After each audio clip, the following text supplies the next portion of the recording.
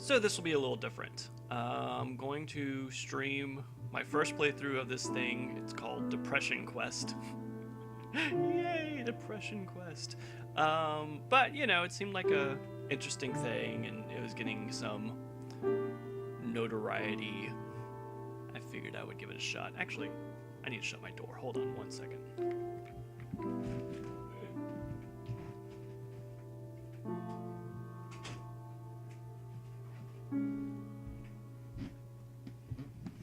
Anywho, so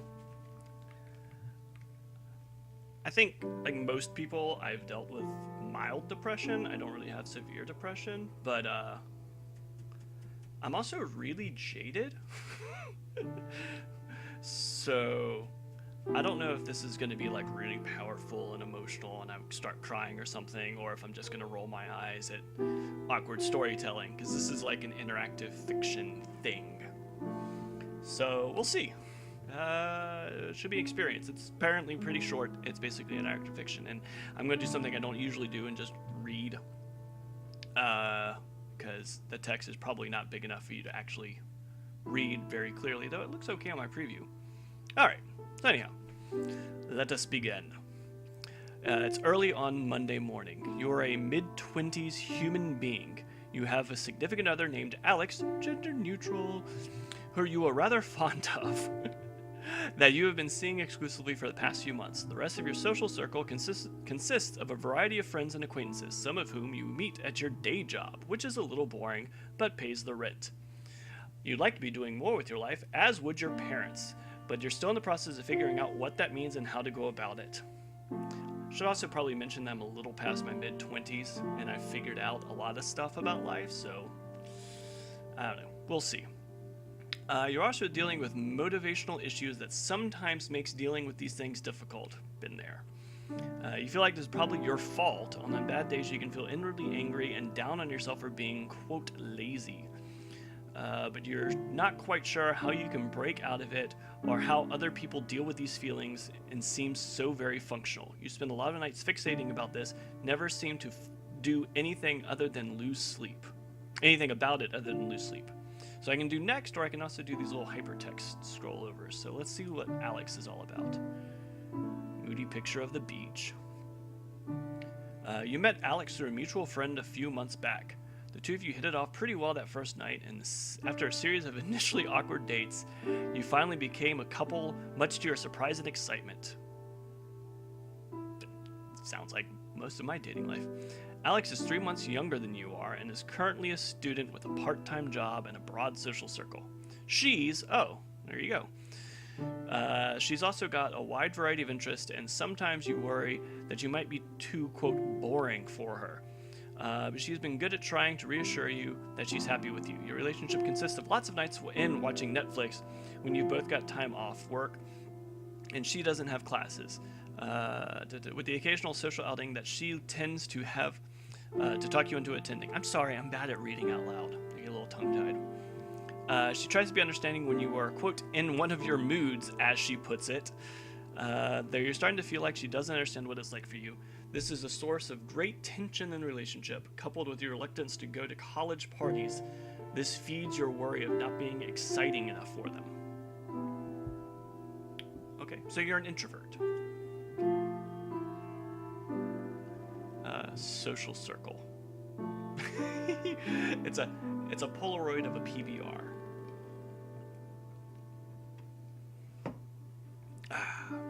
Your social circle is made up of a few close friends, some of which you've known from high school and some from jobs you've worked on. You've also made various acquaintances through reluctantly going to social events with Alex, and you keep in touch with a few friends of friends that you occasionally run into. I just did air quotes for friends of friends, and no one can see that. I'm awesome. You also have several online friends that you talk to regularly that you feel less guarded with, possibly due to communicating from the safety of being behind the keyboard. You enjoy the low commitment of the friendship since they don't expect very much of you other than listen and share personal thoughts and experiences. Despite the low commitment, you feel fairly connected with these people and tend to be more honest with them than people you interact with, quote, in real life, IRL, on a daily basis. You feel incredibly nervous trying to make new friends on your own, and are very good at talking yourself out of going to unfamiliar places or larger social engagements, regardless of how much you may actually want to attend. Meeting new people stresses you out to a high degree, and this is something you wish you could work past. You admit you have a bad habit of flaking on social engagements, even with longtime friends, and are puzzled as to why some days you just can't force yourself to go see these people that you really do care about. Those that have stuck around long enough to be that close with you understand that this is a thing you sometimes do and have more or less accepted, even though they chide you for it on occasion. However, you've had friends in the past give up on trying to maintain friendships with you because of this trait, taking your social anxieties as a personal slight, or eventually getting tired of trying to track you down all the time. You feel incredibly guarded about this, but are not quite sure how to change.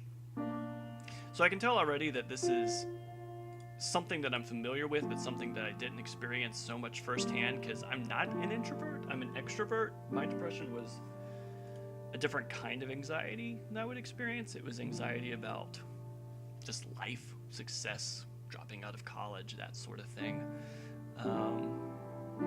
So yeah, this isn't really describing me so much so far, but I also know this person. I've know introverts who have dealt with this sort of stuff. My day job, oh good, not terribly long. It's a close-up of a keyboard. Looks like a laptop though. Somebody works on a laptop for their day job. Hey Stradivarian, I've never done this one before. I don't know if you've been paying attention since the beginning. I've never played this before, so I don't know if there's like options or if it's all just interactive. I got the impression that there are at least 2 different ways that you can finish it, but I don't know. You have a day job which you feel is really nothing special. You started out receiving minimum wage, but have stayed around long enough to be making enough to support yourself. Interesting job. The work is dull and unrewarding, and most days you feel like just about anyone could do it. You have a hard time relating to most of your coworkers, so you mostly keep to yourself and get the work done while you're there. There are 1 or 2 people you chat with, though you wouldn't consider yourself close with them. A lot of days you have a really hard time getting out of bed and forcing yourself to go in. You're starting to wonder how long you can keep this up. That I know. You really like to find another job in a field of interest, but feel like you're underqualified, and every time you go to look at online job postings. Sometimes you think about going back to school, but you would be unsure how you'd be able to support yourself and wonder if the degree would help anyhow. So the issue I had was I was going to school for journalism, and I started working at the college newspaper. And even though I loved the newspaper, I loved my job, I hated school. I was still doing undergraduate work, and it just felt like bullshit. And I got to a point where I had to pass basically a language class of some sort before I could graduate, before I could move on to the journalism major stuff, and basically just could not motivate myself to get out of bed to go to these classes that I hated, but I would go to work. So there were many days when I would just stay in bed all day until I went to work at like 5 o'clock in the afternoon, early evening. And that's how I ended up eventually just leaving school and getting a job, which I have had for a really long time. As would your parents. Let's see what this is like. It looks like Salisbury steak and mashed potatoes. You're one of the few people you know of whose parents never got divorced, but you do wonder if they still love each other sometimes. You have an older brother named Malcolm, who has moved across the country. Malcolm's not in the middle. Who's moved across the country with his wife to work in a high-paying job. Every major holiday you see him. You feel a bit jealous and like the lesser kid brother, yada yada yada. Feel ashamed of these feelings. Sorry, I didn't mean yada yada yada in the middle of an interactive narrative. You feel very ashamed of these feelings. Your parents generally care about you. This often involves inviting you back to your childhood home for dinner, though your mother thinks you never quite visit enough. But you get the impression they don't fully understand you. They want to see you succeed and don't know why you haven't gone further in life yet because you're, quote, so smart and talented. And that period should be on the inside of the quote mark. Sorry. Anytime you've tried to talk to them about your motivational issues, they tell you that the solution is simply to work harder or want it more. Your father is generally more forgiving of your lack of a career path, or your mother seems to think you're, quote, too smart to be in the position you're in. They know, you know that they love you and that they're not big people, but you really feel like a big disappointment sometimes. Man, like, that was a big deal, because when I ended up getting pulled out of school because my parents were like, we're not going to pay for you to go back. So I came home and I lived out of the house and got a job until I could eventually afford to move out. And it was a very big point of contention for a really, really long time. But, you know,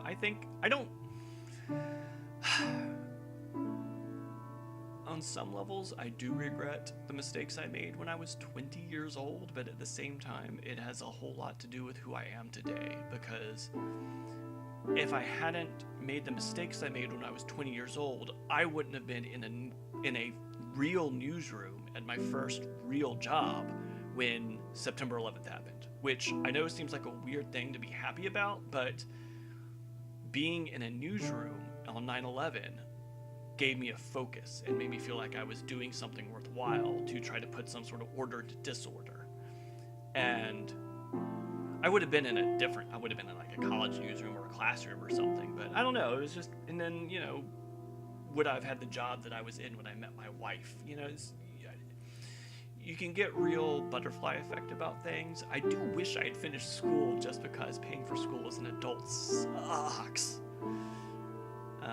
Okay. Oh goodness, what did I do? Did I hit the wrong button? I guess I just hit next. I guess I was done with that page. Okay. It's an unseasonably warm Wednesday evening. It's a couple days later. You spent the past several hours at work. The past week or so, you found your job motivation more flagging more than usual. Jesus, hold on, water.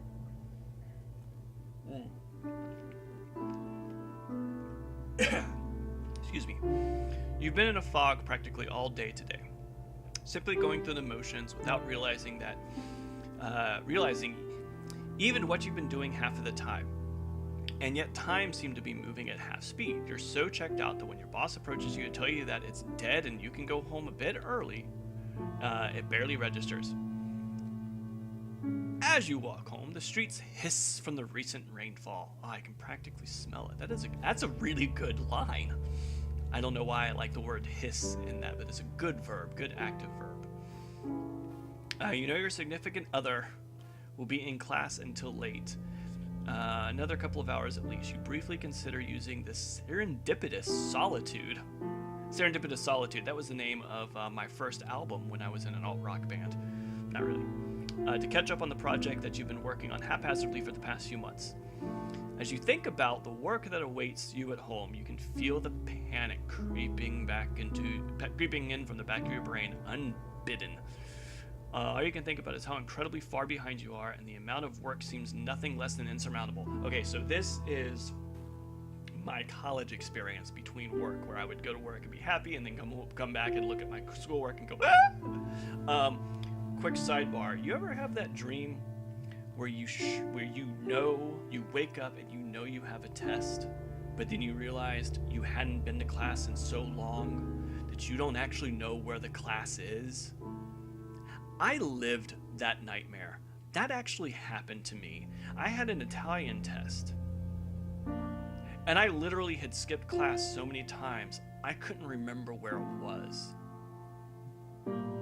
That is one of the most horrifying feelings imaginable. By the time you arrive home and change out of your uncomfortable work clothes, the stress is weighing you down like a heavy, wet wool blanket. Your computer seems to be staring you down from your desk. You want to sit down and work, but the mere thought of trying to work sends your stress levels flying. More than anything, you feel suddenly and absolutely exhausted and feel a strong desire to hide in bed. Do you? This is interesting. The first one's actually crossed out. You can't select it. Order some food, grab a drink, and hunker down for a night of work. You don't have that option, because this is Depression Quest. Reluctantly, sit down at your desk and try to make yourself do something. Turn on the TV. Tell yourself that you just need a quick half-hour unwind from work. Crawl into bed. You're so stressed and overwhelmed that you couldn't possibly accomplish anything anyways. Okay. I'm gonna actually try to get into role here. If I'm playing the introvert, but it is still me, I'm a master procrastinator. There's other stuff down here. You are depressed. Interaction is exhausting, and you're becoming more and more withdrawn. You are not currently seeing a therapist. You are not currently taking medication for your depression. So I wonder, that's like a status screen almost. Interesting. Well, I would procrastinate. So I'm gonna sit down, watch some TV, and just be like, I just need a half hour. I just need to watch an episode of Seinfeld, and then I'll be good. Or Netflix, sorry. I forgot this isn't when I was actually in college. Just a half hour of TV, you tell yourself, absently grabbing for the remote. You don't so much sit down on the couch as sink into it. You turn on the TV and start going through your usual channel routine. After a few cycles of this, you realize that you're not really doing much more than thumb calisthenics and are absently killing time. You check the clock and see that over 20 minutes have passed since you sat down. I haven't even turned anything on yet. As your self-imposed time limit creeps ever nearer, you become more and more anxious. You stand up and walk to the fridge, telling yourself, I'll just make a quick sandwich and get to work after that. Can't be productive on an empty stomach, right? As you eat, you start pacing around your apartment, heading past your bedroom in the process. You stop in the doorway, as if physically unable to cross the threshold. Familiar waves of exhaustion start racking you, and you feel simultaneously tired and panicked. You close your door and head back to the couch. It's still early yet, you tell yourself. As long as I get to work in an hour, I'll have plenty of time to be productive. As you flip channels and let the CSI and Jeopardy reruns wash over you, you sink deeper into the couch, feeling at once encroached upon and shielded by being quite literally swallowed up by it. As the second hour draws near, sure enough, you find yourself getting anxious and jittery. You repeat the fridge pace couch process a couple more times before you look at the clock and realize that several hours have passed, and not surprisingly, you've managed to get no work done. You crawl into bed, acutely aware of the fact that you have work in the morning, and that any opportunity you had to catch up on your own creative endeavors today was squandered. You feel so disgusted with yourself that when Alex calls to talk to you on her way home from class, you simply say you had a really rough day at work and you're trying to rest up before your shift tomorrow. She says she's understanding and wishes you a good night, though you can't help but notice she sounds slightly disappointed because Alex wanted to bone. Sorry, that was highly inappropriate. Ironically, the stress of potentially upsetting your partner compounds with the stress of not having gotten anything done this evening and the stress of having to go into work tomorrow. The buzz of anxiety in your brain melts together with your body's utter physical exhaustion, and you sink into a I don't know that word. Hypnagogic? I don't know that word. Crap. All right, hold on. I hate to do this, but this is the way I read. What was the word?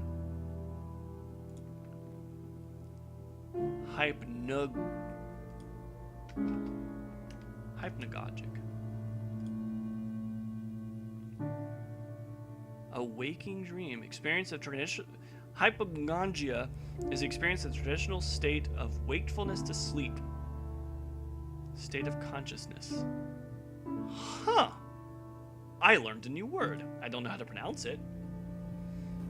Looks like hypna, because sleep, hypnagogic. Hypnagogic? I'm the worst at this.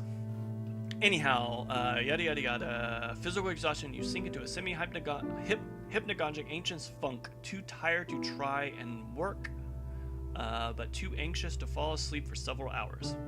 Status. You are very depressed. You spend a large amount of time sleeping, hating yourself, and have very little energy and motivation. You are not currently seeing a therapist. You are not currently taking any medication. Next. Appears to be a Verizon phone. Saying it's 7:30. Sometime in February. February is the most depressing month of the year, by the way. I don't think it's a coincidence that that screenshot says that it's February.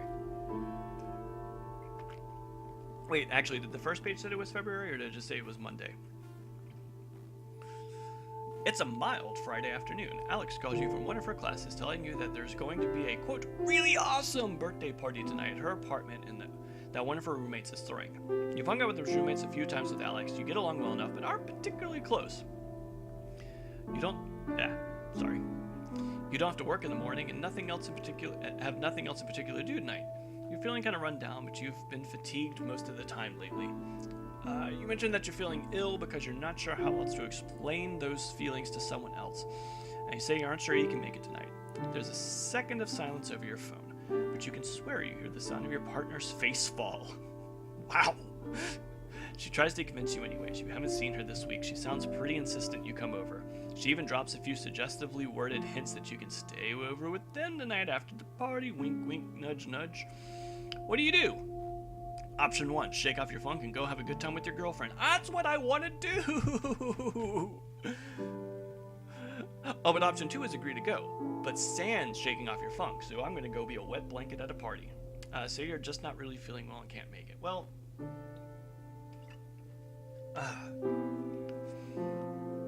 I'm somewhat torn between my actual character, which is I would go even when I wasn't feeling good. Just because even when I was at my most depressed, I kind of knew deep down, like, you're depressed. Like, you need to do something about it. Or playing this character, which is an introvert. And an introvert who is depressed is a double whammy because she's not going to want to go out in the or he or she's not going to want to go out in the first place. I'm going to go. Let's see how bad this party is. Hey, it's another can of PBR. Oh, the music actually changed. A little backbeat.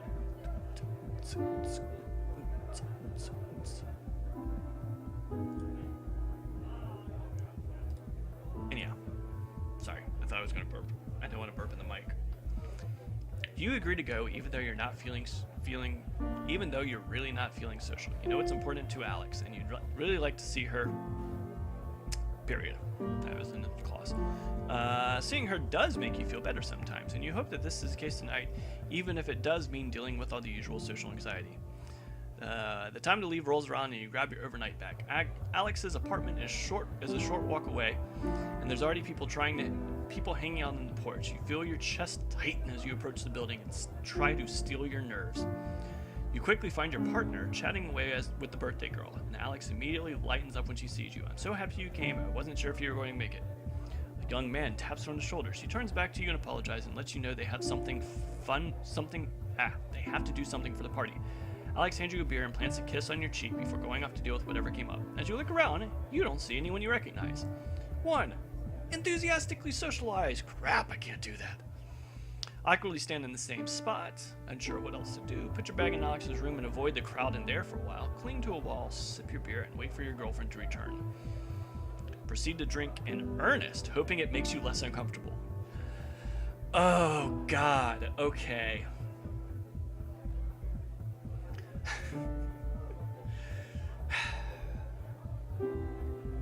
Well, since I seem to be in the headspace of me in college, I would hit the song. I would definitely drink up and try to squash depression with the depressant of alcohol.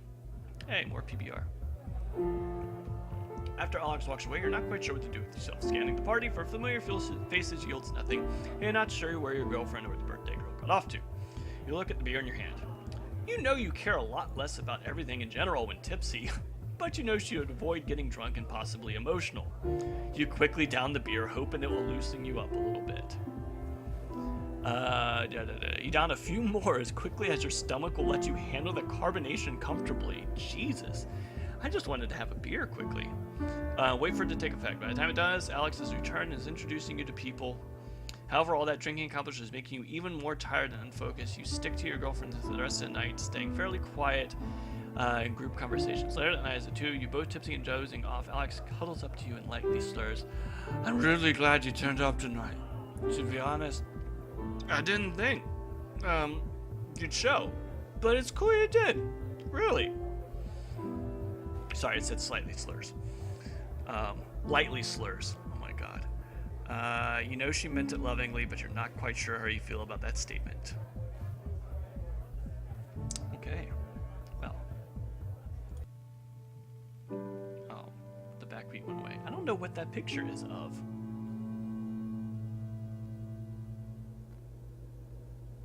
Okay, anyhow. I haven't had any other little, like, in-text hyperlinky things, but whatever. You can see this ending abruptly. I've heard that there is a bad ending, and I'm not sure if it's something that you, like, almost have to go out of your way for, or if it's something you just sort of, like, stumble into. But it is Depression Quest, so... yeah. It's a little after noon on a muggy Saturday. Your mother has come over for a surprise visit. Yay. Claiming loudly she doesn't see you enough, so she decided to invite herself over. As you converse, she walks around your place. You get the distinct impression that you're being inspected. So what's going on with you lately? She asks abruptly in italics instead of quotation marks for some reason. Taken somewhat aback by this left fielder, you tell her that you're not quite sure what she meant. What she means. I just make up stuff as I read sometimes. She repeats the question, saying you haven't seemed like yourself lately. She gestures to the dirty dishes piling up in the seat and note the fact that you haven't called or visited in a while. Your reticence only seems to spur her on more. She presses you, asking if you have problems at work or with Alex, and you're beginning to feel increasingly battered by her sudden, well-meaning, but overwhelming inquisition. I don't know why this reminded me of this, but I remember one time when I was talking on the phone with my girlfriend back in the day, the girlfriend who I had when I was going through rough shit in college, who was not particularly good for me. It was not a good relationship. I got off the phone with her one time when I was at home. I think this was right after I moved home. And I had this conversation with her, and it was tense for some reason. I got the phone, my mom looks at me, and she wouldn't be overburdened. She was never overburdening. She would never be like, you know, I don't think you're good together. I think you should break up with her, or anything quite that oblique. She just looked at me and she goes, I don't think I've ever heard anyone say I'm sorry so many times in a row. And turned and walked out of the kitchen. And that was it. And at that point I knew, like, that was like my mom saying, what a bitch. That was like her, like, my mom's way of saying, what a bitch. or to put it, actually, not even that, more to say, you are miserable in this relationship and you need to GTFO. But she just looked and said, wow, you said I'm sorry a lot. Anyhow, under her questions, you become increasingly uncomfortable. You want to be able to explain to her how you've been feeling, but the truth is you're not really sure yourself. Nothing horrific has happened at work with your significant other or friends or anything like that, but all the same, you can't deny lately you just feel drained, and though you're not as though you're not really here. You wish you could tell your mother these things, but she hasn't been approachable about negative emotions in the past. She's the kind of person who holds the opinion that the solution to any problem is simply to try harder and maintain a positive attitude.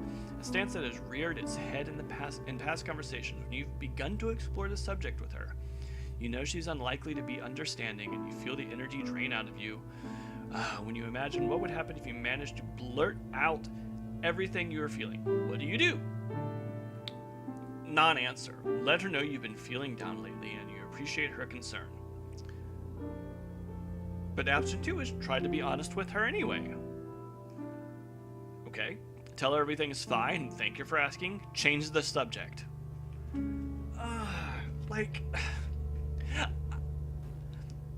This game is... You know what this feels like? It feels like when you take one of those quizzes, one of those personality quizzes, but the answers are like super obvious. Like you take a quiz and it's like, what Hogwarts house do you belong in? And every question has 4 answers, and every answer is super obvious which one it's gonna put you in. You know, it's, you know, what do you want to do today? I want to be super brave. I want to be, you know, conniving and evil. I want to be smart but cunning, or I want to be dumb, but I don't know. I forget what Hufflepuff is. Hufflepuff just feels like big pillow people to me, you know? Like you just want to give them a hug. And that's kind of what this feels like to me. This feels like you know, or at least I know, where this is going. And maybe the idea is, if you're playing this, you should follow the path that's most honest for you, rather than what you want to do for the game. So, with that in mind, I know when I was in my, let's say, early 20s, I got my shit a little bit more together by my mid-20s, but in my early 20s, if I was getting this, I would absolutely change the subject. Are you okay? It's a question you've been finding yourself asked a lot lately, and it's one that has begun to make you instantly uncomfortable. Yes, nothing makes anyone who's depressed feel less comfortable than being asked if they're feeling okay. It's one that you would have to spill your guts out to adequately describe, which would be an almost impossible feat to perform at the moment. Even if you managed to, you'd have to fight through your self-loathing long enough to keep talking despite feeling like everything you're saying amounts to simple belly aching. If you somehow power through that as well, you'd have to live with feeling truly exposed, and you figure anyone who would know all these things would be put off to you permanently. That's a mouthful. More importantly, despite your mother's best intentions, she is quite likely the worst possible person to try and wade through all of this bullshit with. You evade the question by pretending you have received a text message. Smooth. Once you pretend as though you're finished reading it, you change the subject back to one you know your mother was interested in. She takes the bait, and the topic is successfully changed. Feel of unease lingers when your stress levels stay high. As she leaves a little bit later. You wonder if you should talk to someone about all of this, someone who would be more sympathetic and not tell you to simply think positive. Next. And I don't know if that's a picture of either. That could be like something from a horror game.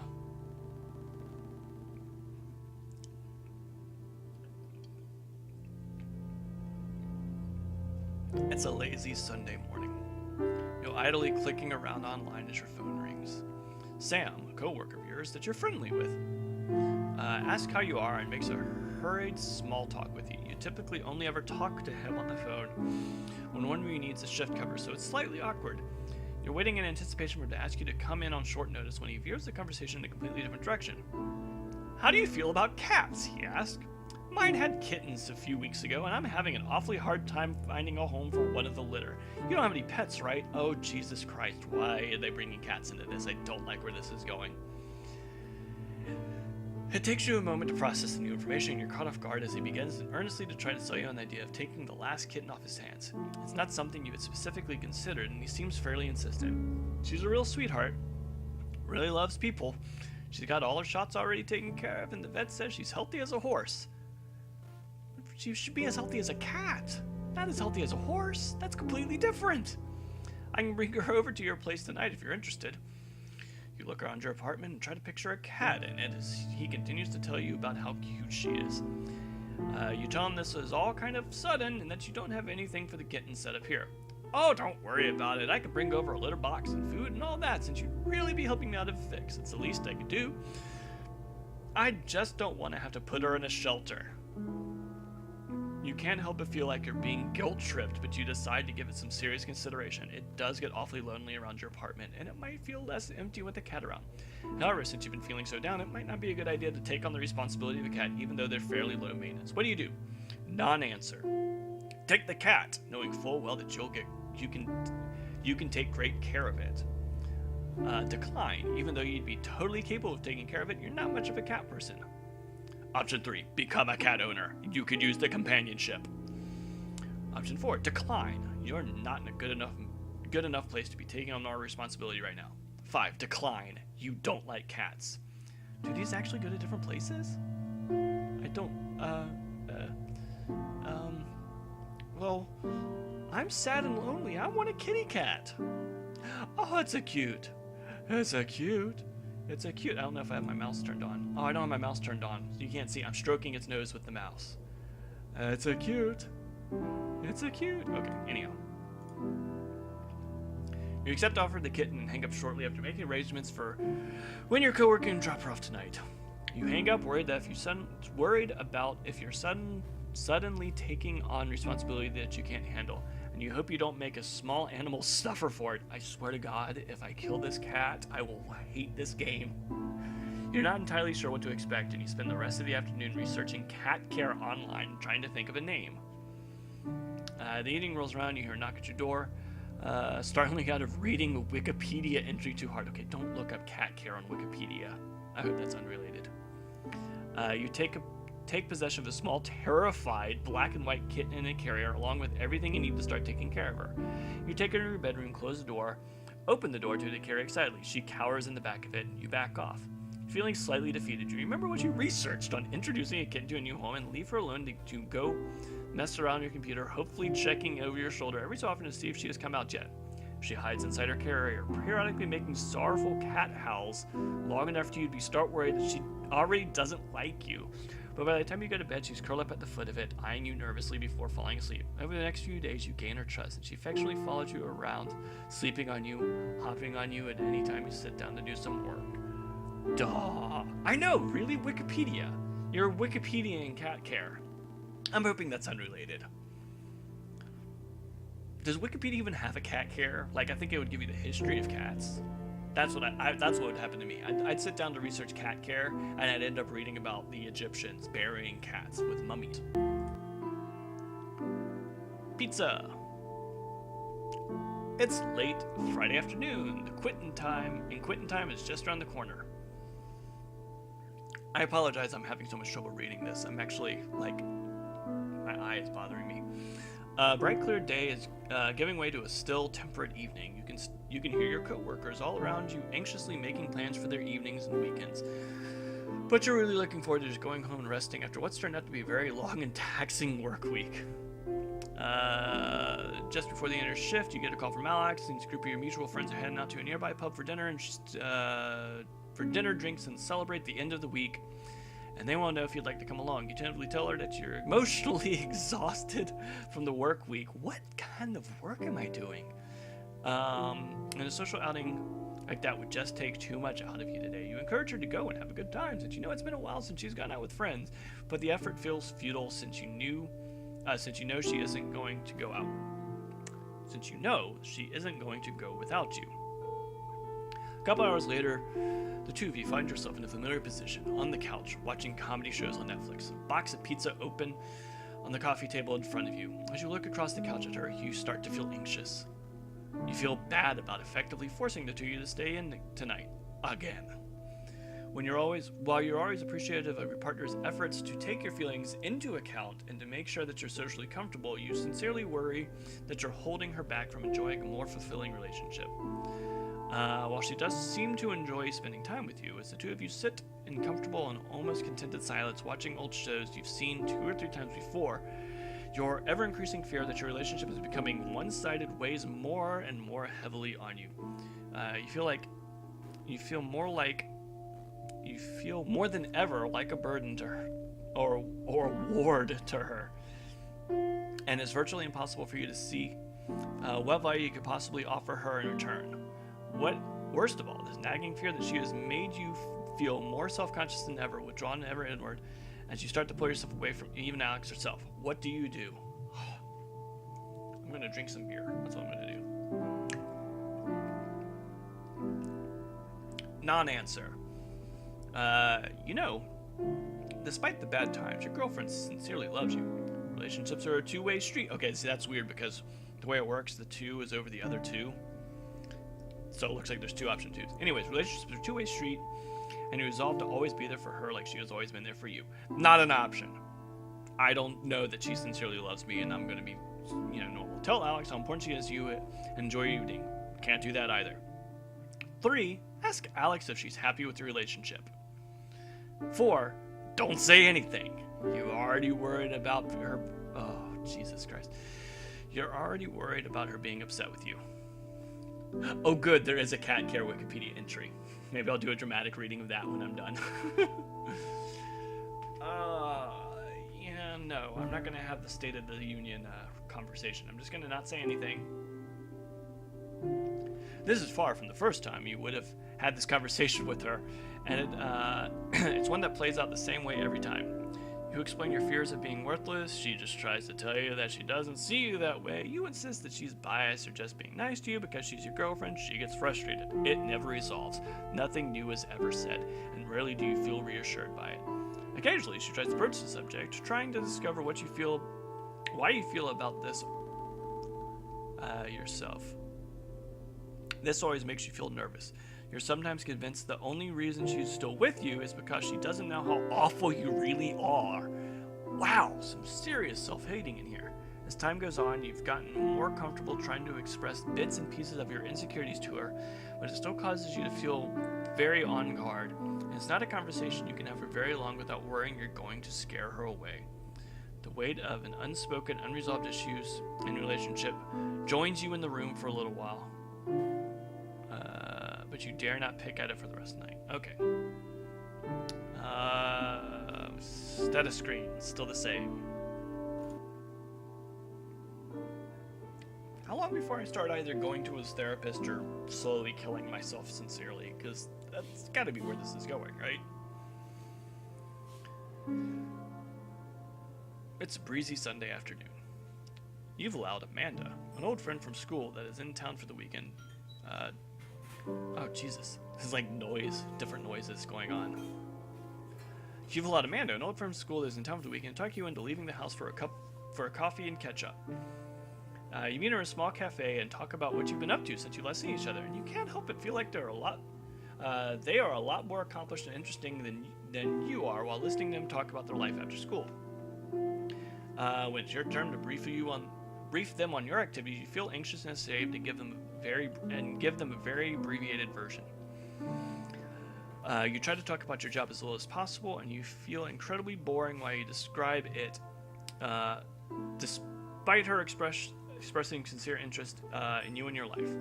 Amanda has known you long enough to read your mood and tone of voice. She leans in to ask a question while gently touching your hand, a look of genuine concern on her face. What's wrong? Do you? 1.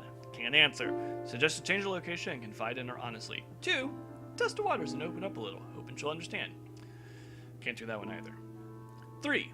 Insist that nothing is wrong and change the subject. 4. Defensively ask her what she means by that.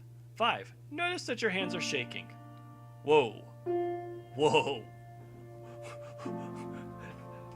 That got weird. Notice that my hands are shaking? Well, I just noticed that my hands are shaking. Jesus.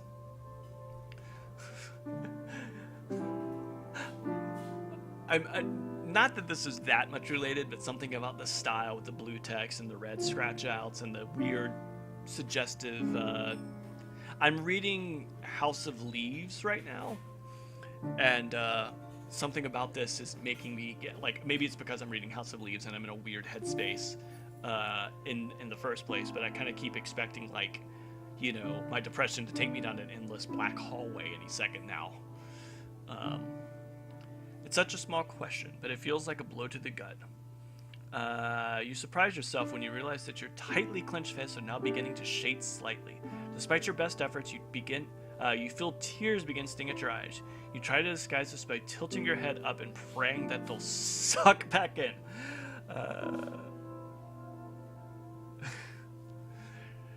She suggests that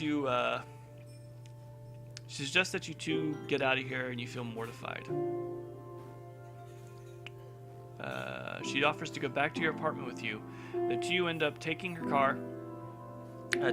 in her car for 2 hours as the words just pour forth from you. Amanda seems unsure of what to say at times, but she listens and rubs your back as you sob and talk. She asks you if you've gone to a doctor about this. You admit that you haven't. Go to a doctor! Sorry. She mentions that her mother is a very good therapist in town and offers to ask her about it. Cheaper free therapy! Yes, do it!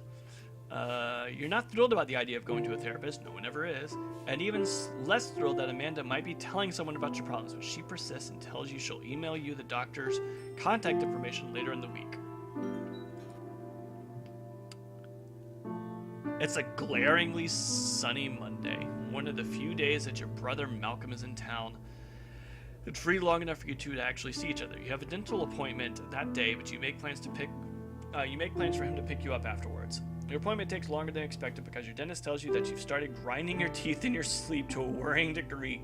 Given how nearly everything in your life has been feeling enormous and stressful lately, this doesn't come as a surprise to you. He suggests that you try to reduce your stress levels and fits you for a night guard, which are freaking expensive. I still need to get one. It feels awkward and too big for your mouth, and you feel embarrassed. Looking at your puffed up face in the mirror with it. You finish up the appointment in a hurry and leave about half an hour overdue for meeting your always punctual brother in the parking lot.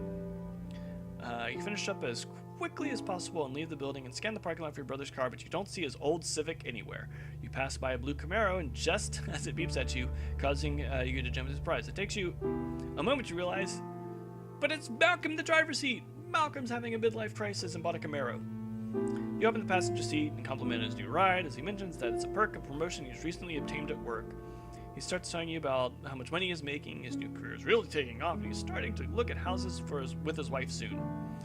You clutch the bag containing the night guard in your hand, and you feel yourself clenching your teeth as you think of your crummy apartment. How long it's been since you've been able to take a day off work without having to worry about making ends meet. He's only 2 years older than you, but it feels like he's eons ahead of you in every other aspect in your lives. So, he asks, how'd your appointment go? Did you get drilled full of holes or what? A sense of shame creeps over you. Non-option. Laugh about your dorky night guard with your brother. Ha ha ha. Non-option. Tell him about the night guard and why you need it. Option 3. Lie. Tell him it was a routine cleaning. Option 4. Tell him about your tooth grinding problem, but not the stress causing it. Well, how smart is my brother? Does he know that if I tell him I'm grinding my teeth that it's stress? Or do I lie? I probably just tell him, yeah, The dentist says I'm apparently grinding my teeth too much when I sleep. Oh, Malcolm replies, been stressed out lately, kiddo? The science you don't really get into it. You tell him that you don't think that's the case. It's probably just a random thing. He doesn't pry any further, and instead begins reminiscing with you about the time you chipped a baby tooth because he accidentally knocked you over once. Oh, so your depression stems from being abused as a child by your older brother. Just kidding. You go out for dinner and catch up on things, but you still feel somewhat distracted by the gnawing anxiety in the back of your mind. Though you enjoy your brother's company, you still feel like you want nothing more than to go home and hide from the world tonight. It becomes harder for you to stuff all of your horrible feelings down and go emotionless when someone like the dentist can see a fraction of what goes on inside your head. It leaves you feeling embarrassed and weak, and you hate yourself for feeling that way. You wonder if you're really fooling anyone into thinking that you're a normal person. And then you wonder if your brother knows and is hanging out with you out of pity tonight. Jesus. After he drops you back off to your apartment, you throw the night guard out. You can't stand even look at the thing. Those things cost like, what, $1,500 or something? Jesus. It's a dry Sunday morning. You grab your morning coffee and scoot your rapidly growing kitty off your office chair. Oh good, the cat's still alive. And despite her protest, sit down at your desk to check your email. A new message pops up in your inbox almost as soon as you do. It's from Amanda, and you remember meeting in the cafe and awkwardly bringing up your feelings to her. Subject, hey buddy. Body, hey, sorry it's been a few weeks. I meant to get this to you sooner, but it took a while for me to get a hold of my folks back home. My dad told me to say hi, by the way. Anyway, I remember what we talked about last time I saw you, and I hope you aren't insulted, but I asked my mom for a number for a therapist. Don't worry, I didn't tell her who it was for. I think she was worried about. I think she's worried about me though. Now, haha. Me now though. Ha ha ha. My mom thinks I'm crazy. Ha ha ha. It's just for you. Anyway, the number is. It's an actual number. I have to look up this number. It's a really good office. You should look into it. Talking to someone never hurts. How can I not look up this number?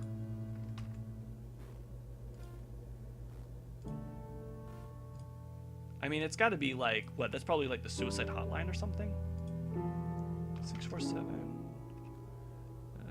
723 5274. Contact information for Therapy Toronto psychotherapists. Okay then. Wow. Okay. But I mean, I figured it would, since it wasn't a 555 number, it was actually a therapist number. I don't know. Just I had to look. If you're worried about money, don't be. They're one of the few that has really good sliding scales fee system and won't charge you what you can afford. Hope you're feeling better. It was really nice to see you again. A. It's still early enough that you could call and make an appointment today. Your kitten curls up in your lap as you consider what to do. Okay. Non-option 1. Call the therapist number. You're looking forward to the help you think they can offer. Non-option 2. Try your luck and call the number even though the mere thought of talking to someone makes you anxious. She cared enough to send it to you after all. Option 3. Sleep on it. See how you're feeling in the morning. You're not keen on the idea at all, but you don't want to disappoint Amanda. Close the email without thinking more of it. This has been embarrassing enough already.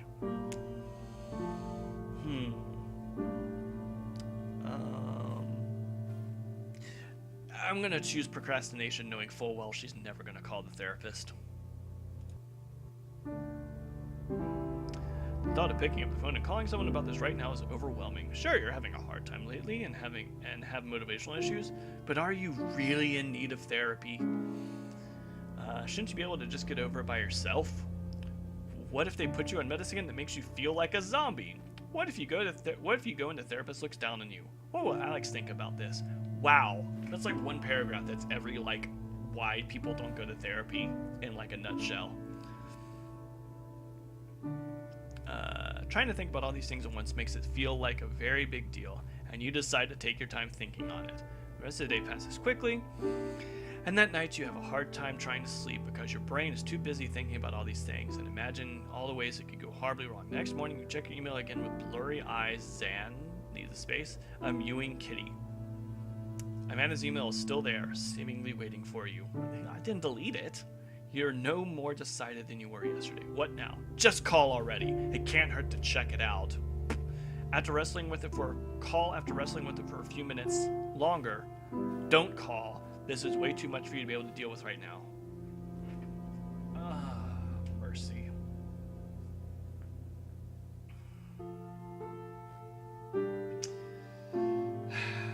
Even though I really know she should go to therapy, that's me talking. That's not her talking. It's gonna take her girlfriend. I keep saying her, I'm sorry. It's because I know a girl designed this game. So I'm thinking of it as being a girl with a girlfriend.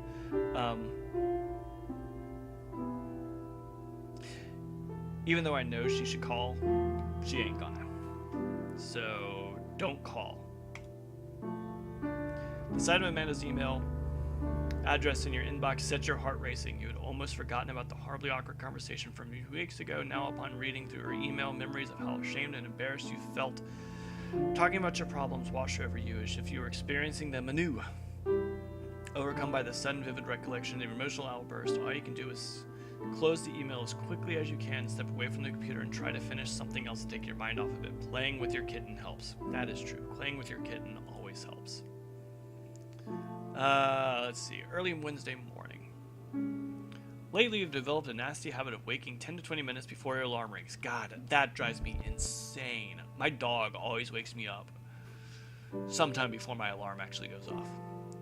Unfortunately, today is no exception. You lay in bed, each minute taking closer and closer to wake-up time and passing on a swelling wave of ever-encroaching dread. Sooner you like your alarm blares with caustic inevitability. That's actually a pretty good line, too. Your alarm blares with caustic inevitability. No. You frantically pound the snooze button and then retreat under your blankets as if the warmth of your comforter can shield you from the passage of time. You almost always have a difficult time rising to bed. The day that simple task seems nothing short of Herculean. After several more snooze cycles, you decide you just can't deal with work today. You're incapable of even rousing yourself from bed, let alone going into work and having to force yourself to work today. Not to mention you've snoozed so many times it would be impossible to make it on time now anyways. What do? I skip class. I mean work. I mean, this isn't me. Oh, that sentence made me anxious. God. Non-option. Hop out of bed and start getting ready for work. You'll be late, but it's better than not going in at all. Non-option 2. Head to work. At least you can leave early if it gets too unbearable. Call your boss and tell him you're sick and won't be in today. That's my only option. Oh, my status changed. Oh god, this got worse. I don't know if that looks like it on the screen, but it got darker and more staticky. You're profoundly depressed. You're barely functional on days you can't even get out of bed at all. Well, that's apparently what's happening now.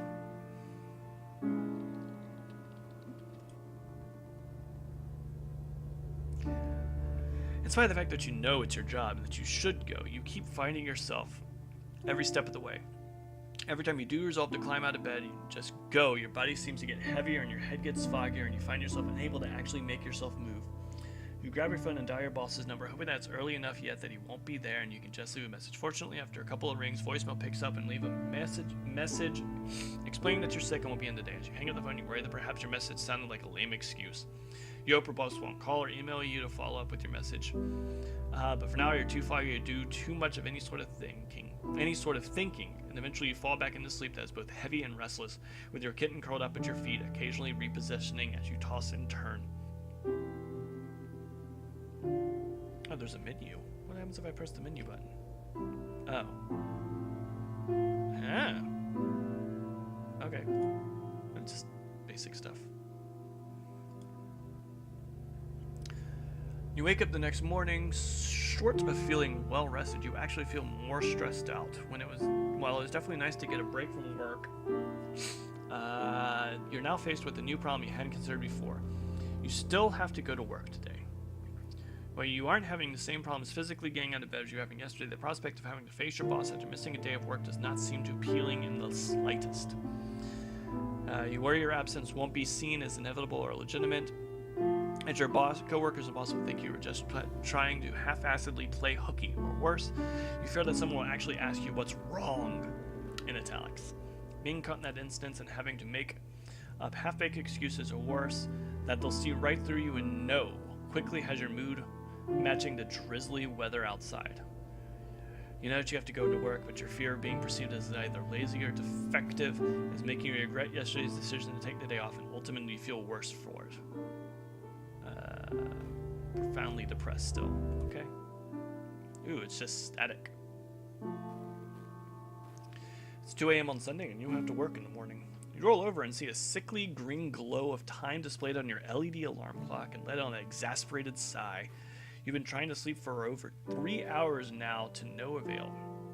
Every time your head hits the pillow, you're overcome with anxious thoughts that wrap themselves around each other. Worries about your job lead to worries about your future lead to worries about your very identity. You're unable to shake them off long enough to doze off. Your eyes won't even stay shut as your mind races through imagined scenarios going horribly wrong, which you promptly attribute to your general worthlessness. Your thoughts run too fast for you to come to a satisfying conclusion on any of them. Your room is completely silent, but the silence gives way to a loud static noise rattling around inside your head. Your heart beats loudly and you worry it's beating a little too fast. Been there. Caffeine addiction. Damn near killed me. You're worried that you're focusing too strongly on your racing heart. You're freaking yourself out hard enough that you'll have a heart attack. You have to be awake for work in a mere 8 hours. What time do you work? 8 hours. 2 o'clock in the morning. What do you have to work at noon? Anywho, performance has been sagging lately, and this won't help the situation one bit. What do? Lots of things I can't do.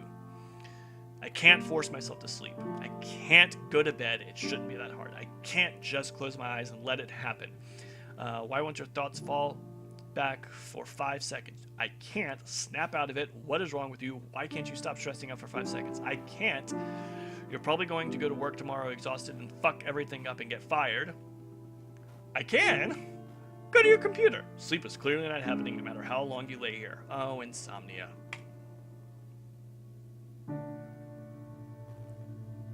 Looks like some sort of chat room. You get out of bed and head to your desk. Laying in bed with nothing but your thoughts to keep you company makes you feel like you're going insane. The harshest light coming from the screen makes you squint as you turn it on, despite how often you find yourself in this exact situation. There have been so many nights lately just like this.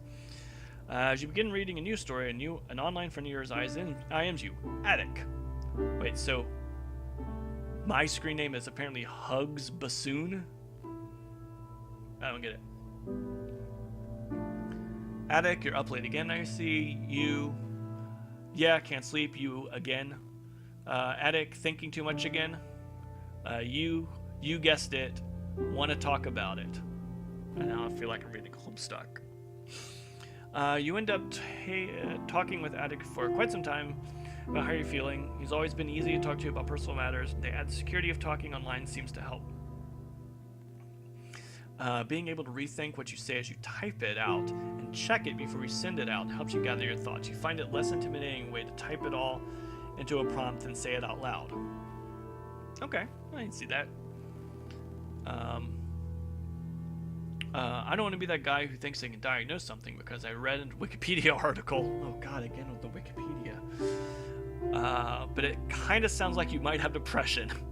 You should talk to someone about that, like a doctor. You pause. Not sure if it's how tired you're feeling or being frustrated from mentally eating away at yourself earlier tonight. But what he says rings true. Maybe you should see a doctor about this. Yes, you should definitely see a doctor about this. We can do some research and see if there's a good doctor near you. It's not like you're going back to sleep anytime soon anyways. Might as well do something while you're awake. Smiley face. Non-option. Respond. Oh, these are all responses. Non-option. This is just a low night. I'm normally able to sleep and I don't have depression, but thanks for your concern. You. No, that's okay. Or you. Can't hurt to talk to someone, I guess. No, it's okay. I guess no, that's okay means... like, that's okay. I don't want to talk about it. My status screen got thicker. You're severely depressed. Your motivation levels are non-existent. You're alternating between feeling totally apathetic to panicking about things out of your control.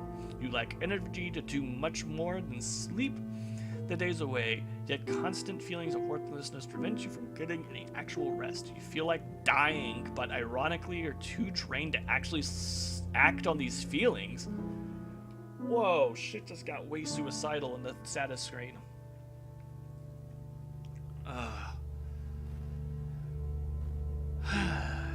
You know, I don't think she's gonna follow through with it, but I think he's gonna say, tell online buddy, sure, I guess I'll talk to someone, why the hell not? Mercy. Okay, so, online dude says, okay, let's find you a doctor then. Just remember, there's nothing wrong with having depression. You wouldn't be ashamed to have bronchitis or something. There's no reason to be ashamed if it's your brain that's sick instead. She's apparently having a IRC chat with Dr. Droop. You Google around with Attic, and after a bit of searching, you find the doctor has gotten really good reviews. You recognize the number is the same one that Amanda emailed you a few weeks back and feel ashamed for failing to do this sooner.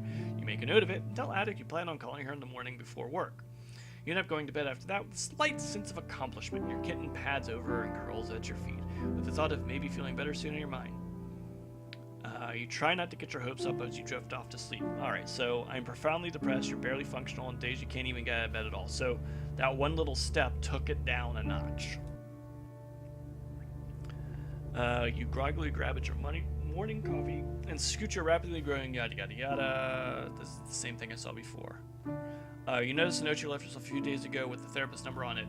You've been somewhat putting off calling her purely out of nervousness, but you feel like you probably should make the decision to do it, or throw the note out and stop stressing yourself out about it. The kitten curls up at your lap as you consider what to do. Oh, come on. Alright. Non-option. Call the therapist's number. You're looking forward to getting the help you think they can offer. 2. Get it over with and call the therapist option. The only thing I can pick. Throw the note out. Who are you kidding? Jesus. You stare at the note for a while before crumpling it in your hands and throwing it out. Therapy is for people with real problems, not whiners like me. I've seen somebody, or I've heard that almost verbatim, and it drives me insane. Because being depressed is a real problem.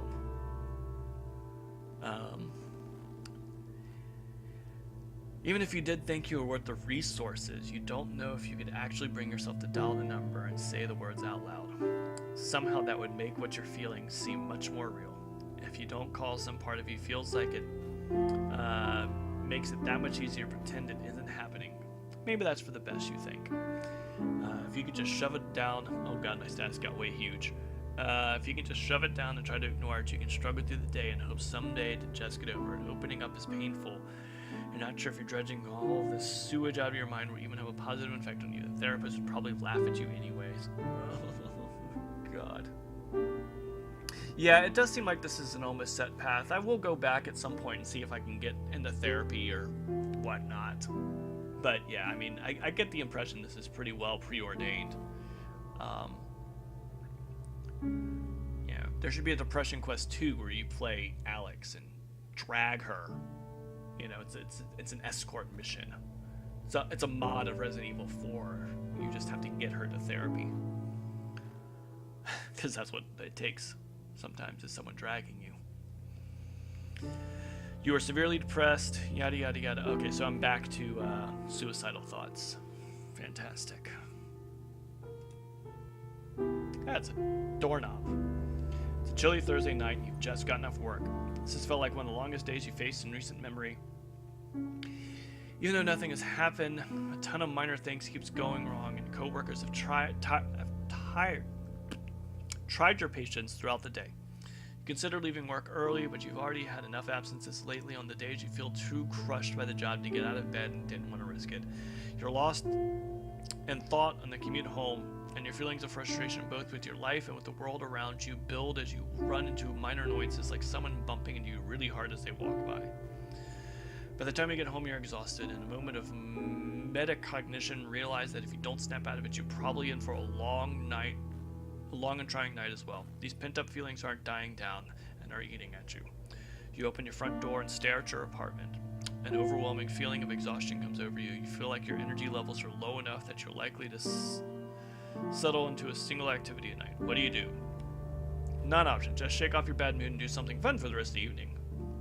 Non-option 2, reach out to someone else. 3, don't burden anyone with your problems. Distract yourself.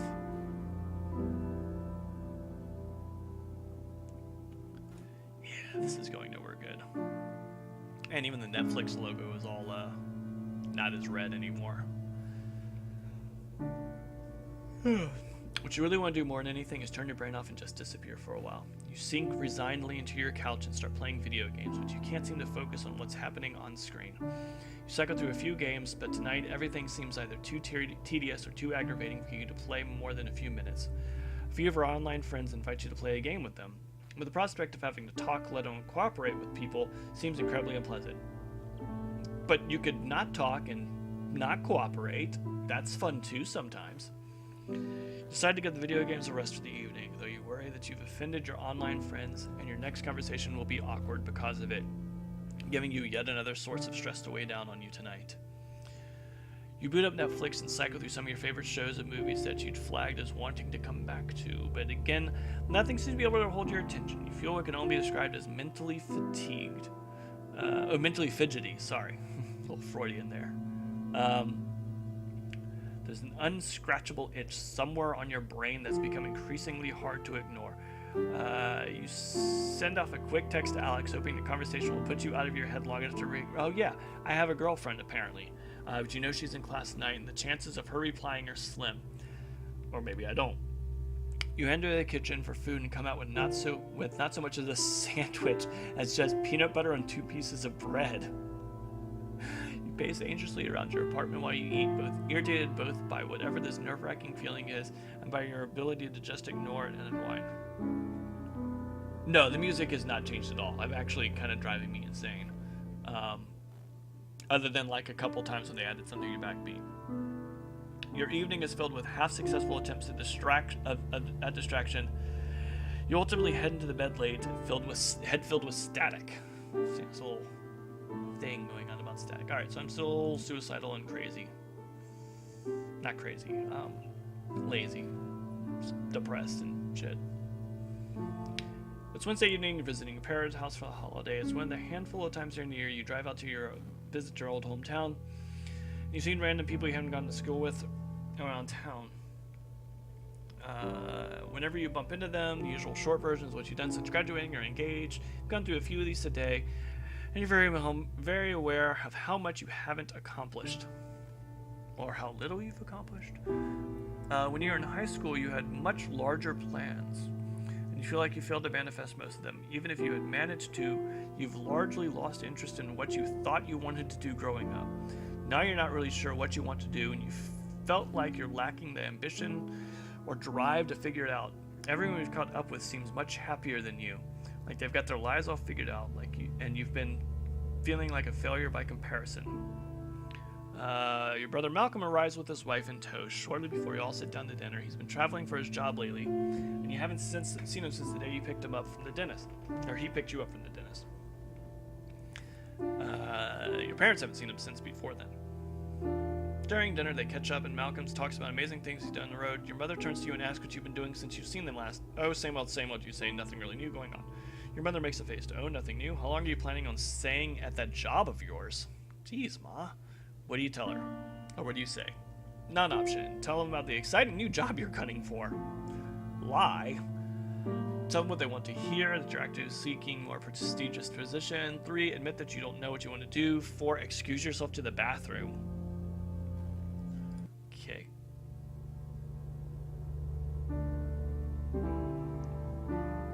The music may have just changed, like only slightly. Your mother looks across the table at you expectantly. Everything inside you wants to run away. You've had this conversation well enough to know that anything you can say would be a lie or result in a lecture. After spending the day like this, you've already feeling like a failure already. You can't really handle more of the same from your family, regardless of how well they mean. Actually, I'll be right back. I have to use the restroom. Excuse yourself, despite having to use the facilities, and enter the bathroom. You lock the door behind you and flip down the toilet lid and take a seat. Rest your head in your hands. You take a few deep breaths as your mind runs through its typical self-deprecating scripts. Though you feel as though it's a moment, though you still feel as though it's a moment of relief. Even though you love your family, you really feel like they don't know you sometimes. This makes them exhausting to be around on nights like this. You wish you could tell them what you're feeling. That sometimes you feel like you've lost in the woods, and that if you were to drop dead in your apartment, the world wouldn't notice. You want to make her understand this. More often than not, you feel like an alien, like there isn't anywhere in this world that feels like a place where you belong, that you have no idea how to fix it or what to do. You wish you could find the words so they could understand you, but you end up feeling like an outsider instead. Instead, 2 insteads in a row. You decide to remove yourself from the situation and calm down. You couldn't see a resolution where attempting these things would work. You need a moment of space inside you. Instead, you hear a knock at the door. Malcolm's voice says, "Hey kiddo, you alright in there? You've been in there for a while." "Yeah, just feeling a little sick. Well, if there's anything I can get you, let me know. They're about to serve pie, though, if you're feeling up to it." "Yeah, I'll be out in a minute." Malcolm's quiet for a minute. "Hey, just so you know, I'm really proud of you." You hear his big footsteps walk away from the door as you splash some water in your face before leaving to rejoin your family. It's a rainy night. You're hurrying through the rain to Alex's apartment on her behest. Though your pace is quick, the rain is steadily soaking through your pant legs as you traverse through town, and it's darkening your already poor mood. The call came when you were at home. The call. Sorry, hold on. The call came while you're at home after a day of dealing with abnormally frustrating people. You'd spent the afternoon trying to unwind and get some work on your project done. Alex called and interrupted one of your trying to make progress, get frustrated at not making progress, have a harder time making progress due to frustration repeat loops, and you haven't fully shaken off the feeling of being annoyed with yourself from it yet. You knock on her door, and the third knock, hear her voice from further in the apartment. "Come on in." As you cross the threshold, dripping rainwater all the way. Oh crap, what happened?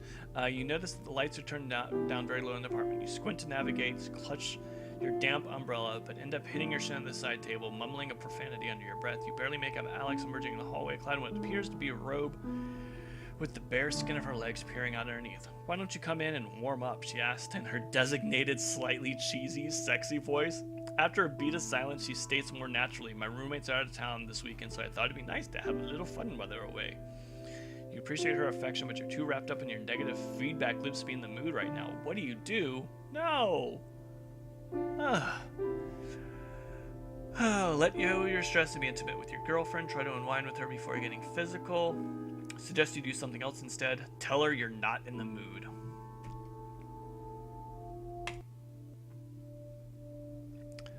I don't, you start.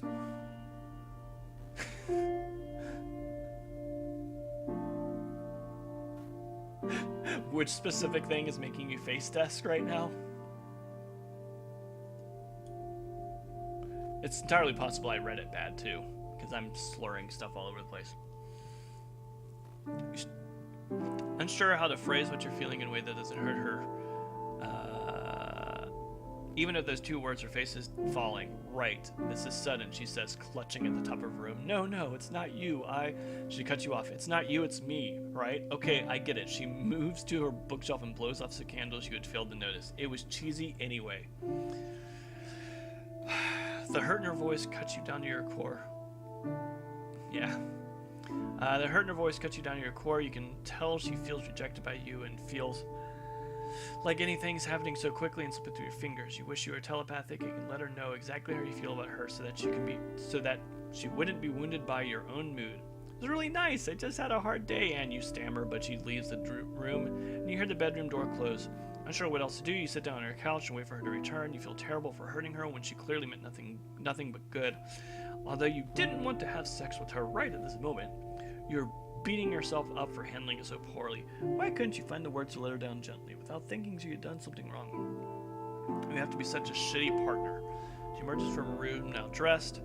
Her eyes are red, but you can tell she's trying not to show she was crying. Actually, I have to do a lot of coursework, because maybe you should head home. This is kind of a dumb idea anyway, sorry.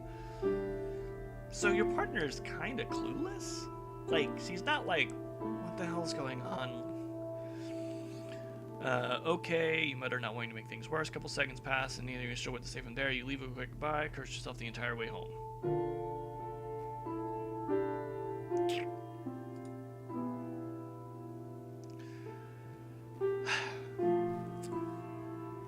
It's an early winter evening, and even though it's not particularly late, the time of the year is always lit the sky in almost prematurely darkened cast.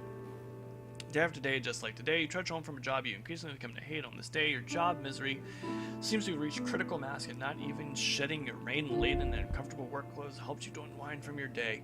You collapse on your couch, blank and numb. While your job always seemed to be just an unpleasant reality of existence, it was a position you sort of fell into unexpectedly, never intending to work there long term. It's getting harder and harder to keep it up. While it's certainly not your dream job, you've always sort of stuck it out in necessity before, but it's becoming increasingly difficult to do that. Though you couldn't even begin to imagine what else you could do, you find yourself face to face with the question that you just can't ignore. Is your complacency worth the price of this level of misery? What do you do? Get proactive, polish off your resume. Okay, I'm getting a little tired of having non-options.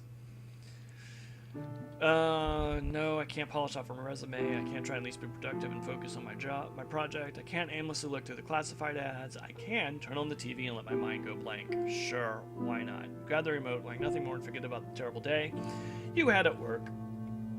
You flip on the TV and let yourself get swallowed by the couch.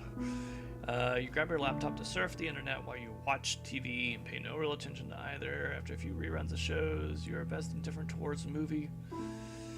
The movie is on TV that's a few years old. All while you scroll idly through your Twitter feed. At the end of the night, you don't really feel any better so much as you feel numb, which is basically what you're going for anyways. Ultimately, it gets late enough that you tell yourself you should probably call it a night. You beat yourself up over the fact that you didn't accomplish anything this evening, but at least you managed to forget about your job for a couple hours. As you fall asleep, you're acutely aware of the fact that after a mere few hours sleep, you've got to do it all over again. It looks like a piece of paper that says, how the fuck am I going to do this? So a little past 8 a.m. on a Tuesday, your computer frustration levels peaked, rubbing your eyes and sighing heavily. You're working on a project from your job that has you stretched to wit's end, trying to meet a looming deadline. As it lurks closer and closer, you're seriously doubting your ability to get it done. You're dragging your feet a little at work due to your complete lack of energy lately, and in spite of wanting to do a good job, you find yourself unable to push past it, and feeling horribly useless for it. You slide your hands off your face and look at your screen as it beeps at you. Hey, it's Attic. Hey, are you there? I really need to talk to someone about something. You feel like you're getting nowhere with your current task. You couldn't possibly use a break. However, you notice you have a history of getting distracted and losing motivation. Picking it back up again. What do you do? 1. Multitask. Nope. 2. Tell Attic you're busy. Nope. 3. Try to regain your focus. Don't answer. 4. Answer Attic. I'm a little surprised it's lasted this long as well. I thought it would take about an hour. I guess it's about there, but I feel like it's sort of meandering. I don't know. Do I focus on my job or do I answer Attic? Sure, Attic. Maybe your life is more interesting right now. You feel like you've hit a brick wall, yada yada yada. Hey, what's up? Oh, good, you're there. I just found out I got cheated on. What do? Oh no, that's horrible. Two of you talk for a long time as you lend your shoulder to your friend. You give him an extra space to rant, cry, and most importantly, be able to voice his inner turmoil. You give him your full attention and talk him through what his options are for what he does next. You keep him from doing something rash, and the two of you decide it's best for him to sleep on before doing anything. Exhausted, he departs your bed and thanks you for being there to talk with him. As you close your IM window, you feel horribly sorry for your friend, but happy that you were able to help. It serves as a tangible reminder that you are capable of being useful to solely being a mess that needs everyone else's help. You boot up your computer and, for your work project and find you're suddenly able to get some solid progress done that night. Wow, okay.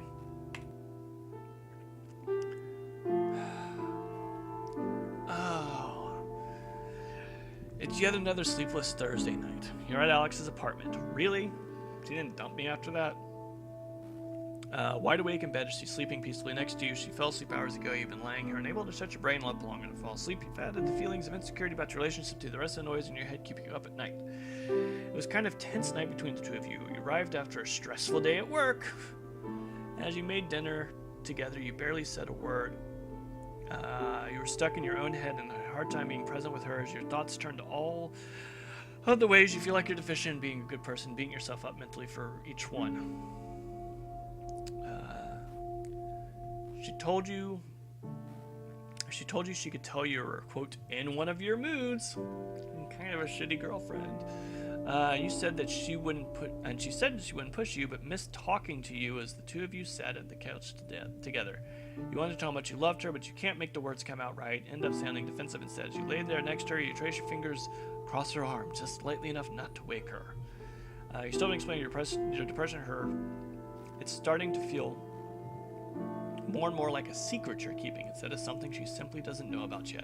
It's becoming more and more apparent that's impacting your relationship with her. You feel guilty about this. However, you're also terrified if she knew exactly how fucked up you are that she would leave you. You already worry that she's only with you because she doesn't realize how terrible of a person you are yet, and afraid that this would be the final thing to expose you. She stirs in your sleep and squints as she opens her eyes. With the confusion that comes with waking, she asks you if you're awake and if everything's okay. Tell her about your situation. Tell her it's nothing. You should go back to sleep. Oh, for the love of God, tell her about your situation.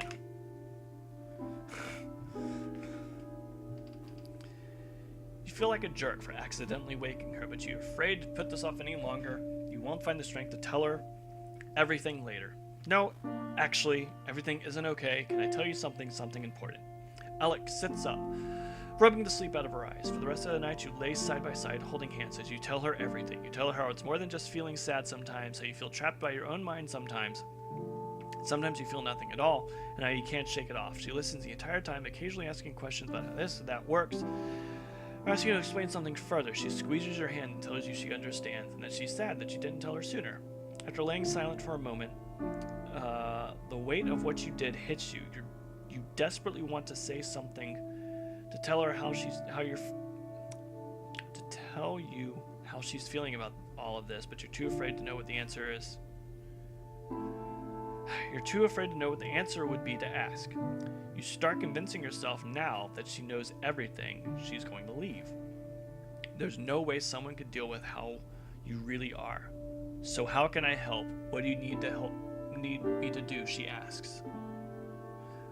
You think for a second. The answer you come up with fills you with despair. I honestly don't know. I wish I knew how to fix this, but I don't know that you can do anything. It's something I have to live with. She looks at you with sad eyes before kissing you on the forehead. Then I'll live with it with you.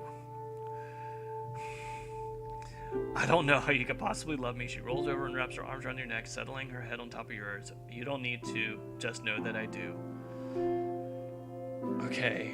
Well, my depression meter has gone down.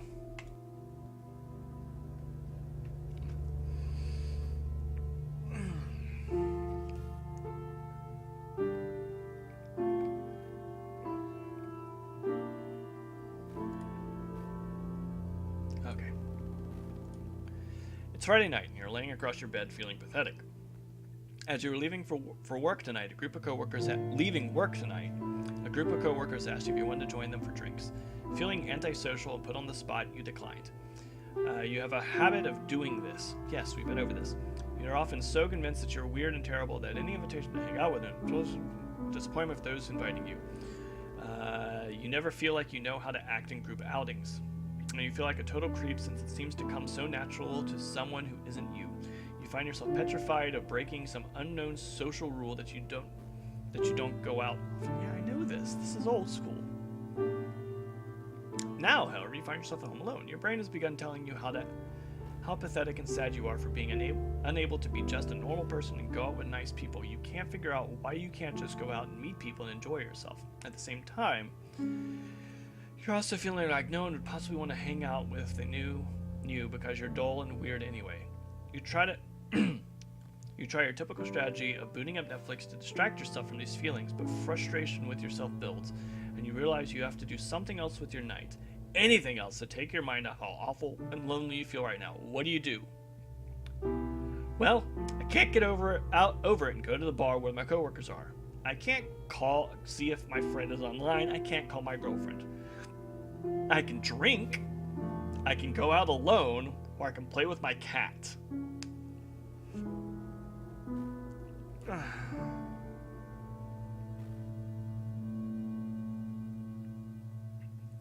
I don't know. I'm just play with my cat.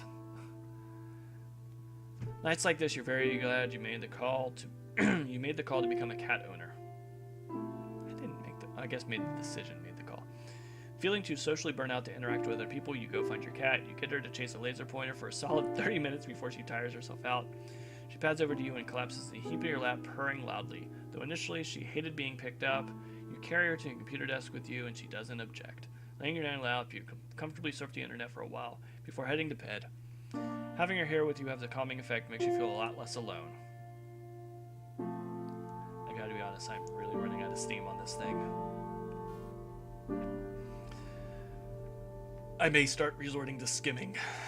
It's a cold Saturday afternoon. You've just arrived at Alex's apartment. You're happy to finally see her after a week of absence due to your schedule's not lining up at work and school. You hug her in the doorway, but she breaks away sooner than normal and sits down on the couch to take you off your sneakers, laying in the usual place next to her. There's something I was hoping we could talk about, actually, she says. You feel anxious hearing those words and move to take a seat on the couch. Your heart starts to race. Is this one of those we need to talk situations? Has she finally had enough of your baggage? Did the week apart make her realize how much better things are without you? She sits down across on the couch. And you can tell by the look on her face that she isn't looking forward to saying what she's about to say to you. You feel your grip tighten on your couch cushion. So she breaks eye contact, take a deep breath, and spikes your anxiety. Things have felt kind of weird lately. It's like you've been really distant. I'm not sure how to take it. You just had the talk about how she's depressed. Like, yikes.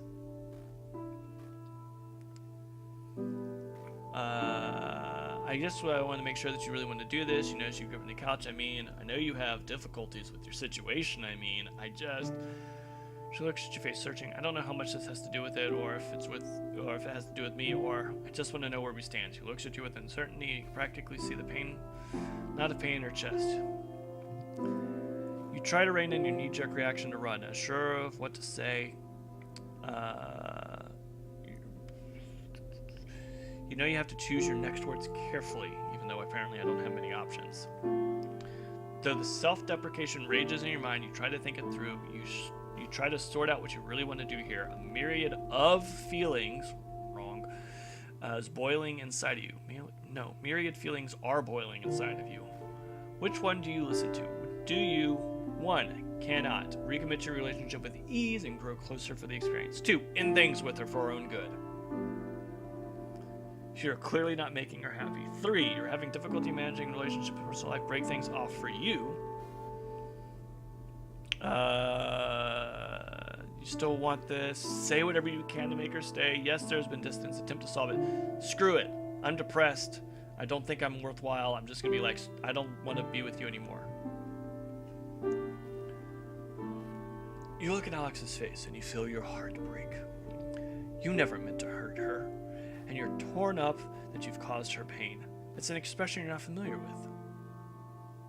It's one that you've seen flash across her face. It's an expression that you're not unfamiliar with. It's one that you've seen flash across her face many times during your time together. You can't help but feel like you've let her down, like you're a weight around her ankle. You're hit by this overpowering feeling of failure. You're supposed to be her partner, an uplifting influence in her life, not dragging her down where you are. You think about their future. Where is this going anyways? You're not sure you could ever be what she needs. Even though you've discussed... This is making me depressed, by the way. I don't know if that's the goal, but this is just making me, like, really depressed. Even though you've discussed the situation with her, you still feel that she doesn't understand the depths of how bad it gets. One thing to detail... how you feel sometimes... It's an entirely different situation for her. Something she has to live alongside with you the closer you get. You start to speak, with the words choking your throat. None of this feels real. I think we should break up. The words feel as foreign as you speak them, as if they were a collection of sounds rather than the death knell for your relationship. Soon enough, both of you are in tears as you start to talk through it. You're both devastated, but settle on breaking up. Reality hits you in the next few days. You spiral into a very deep low. You're entirely withdrawn. Outside of work, your only interaction with another living creature is you're with your cat. It's going to take you a long time to get over her, but the moments you feel a brief clarity of mind, you take a small comfort in hoping she can find someone who's better than you. Yikes.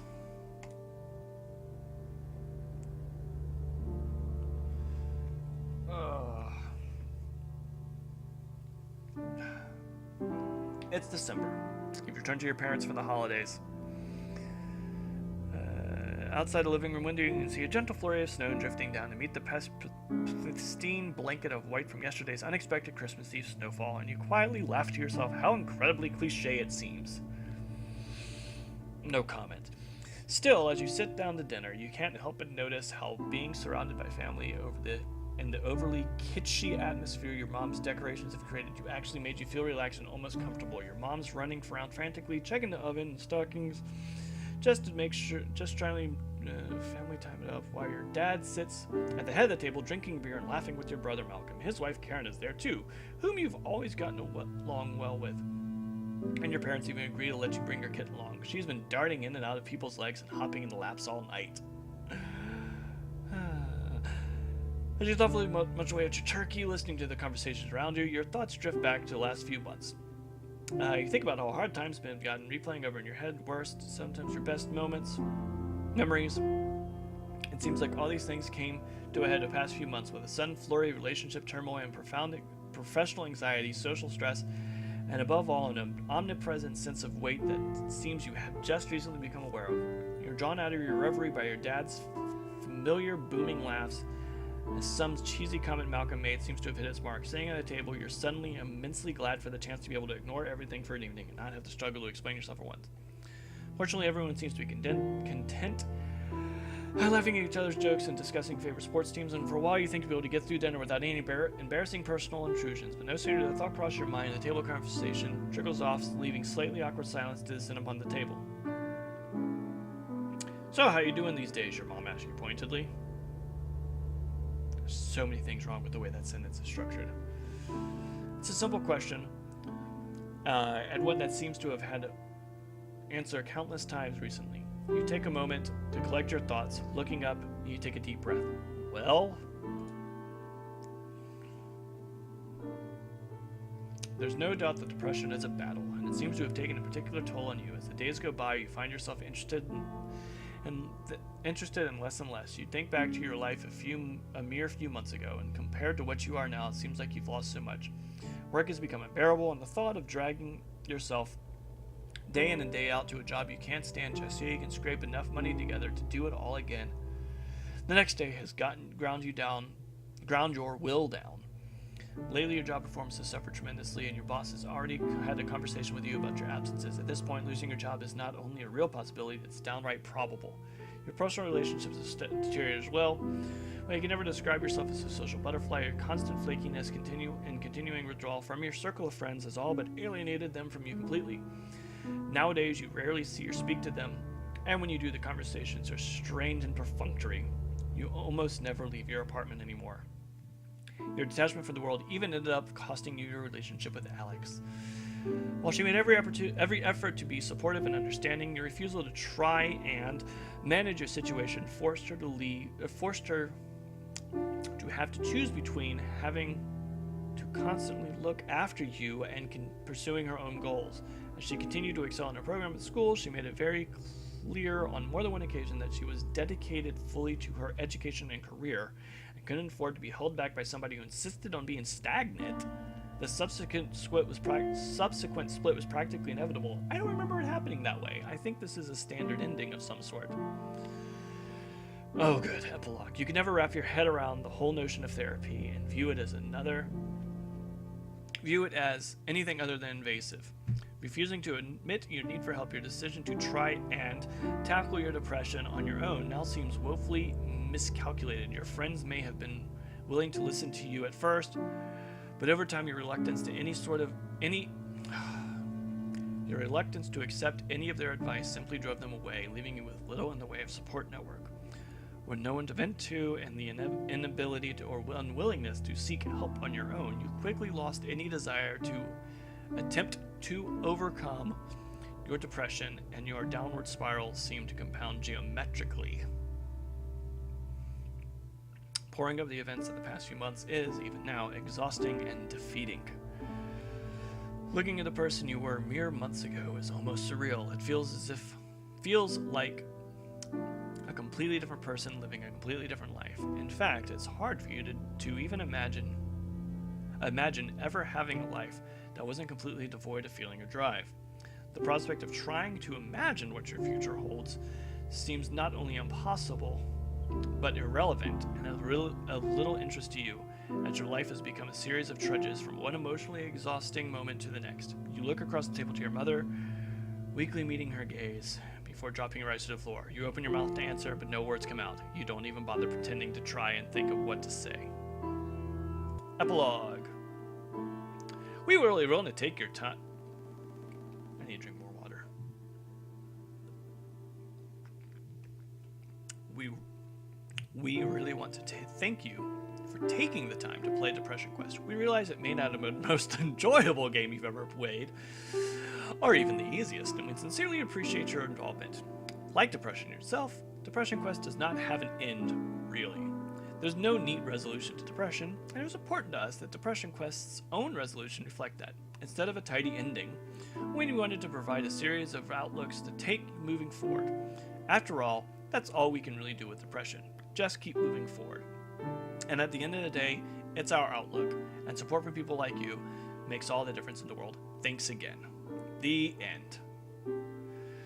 Well, that was interesting. It was a little overly verbose, I felt, but I don't know. I thought it was useful.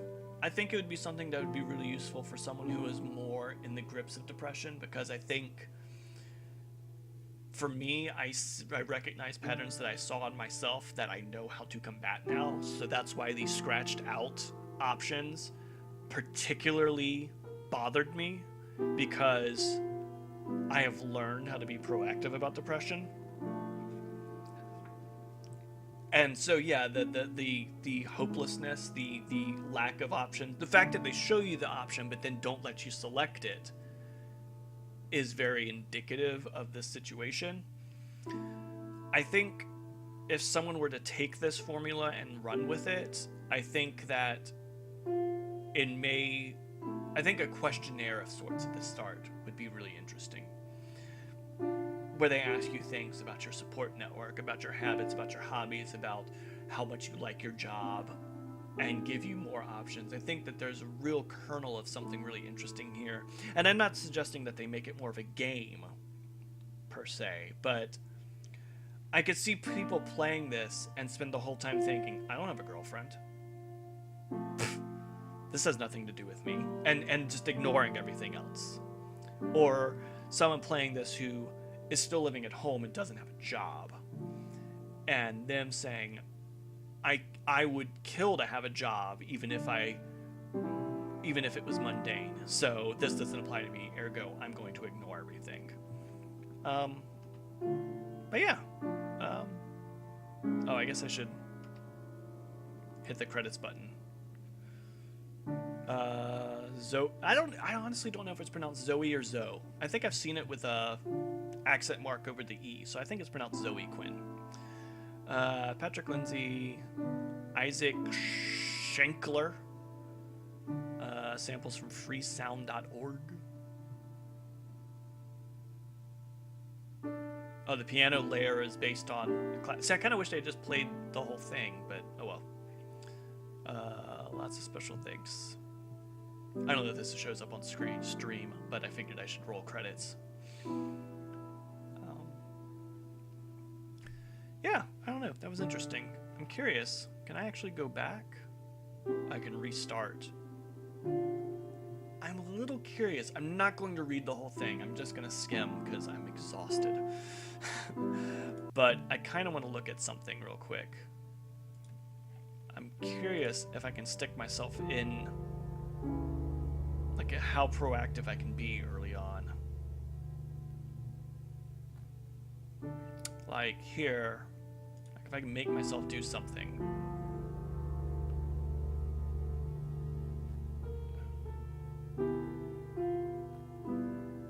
Okay, so even if you choose to be proactive, it says, you know, you take a break to loosen up, check your inbox, this pattern continues, few Twitter arguments, YouTube videos, yada, yada, yada. I can just wake up to it. So even if you choose to be proactive, you don't actually get shit done.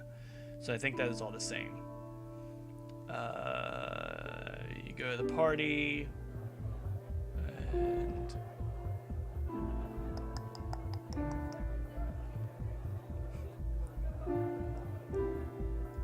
wait for my girlfriend to come back. And I think that's roughly the same. What I really want to do... what if I tell my mom I'm depressed near the beginning? Anyhow, sorry. This probably is not actually appropriate for streaming. I'll explore this a little bit more later. But anyways, thanks for watching. You know, me play through this thing, this interactive story thing. I think it's interesting. I think it's sort of it feels more like a proof of concept to me than a finished project.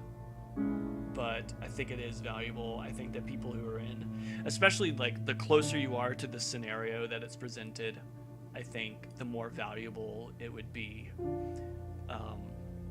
So yeah, it was interesting. I'm gonna go to bed now, I think, because this was kind of exhausting. Thanks for hanging out, y'all. Bye.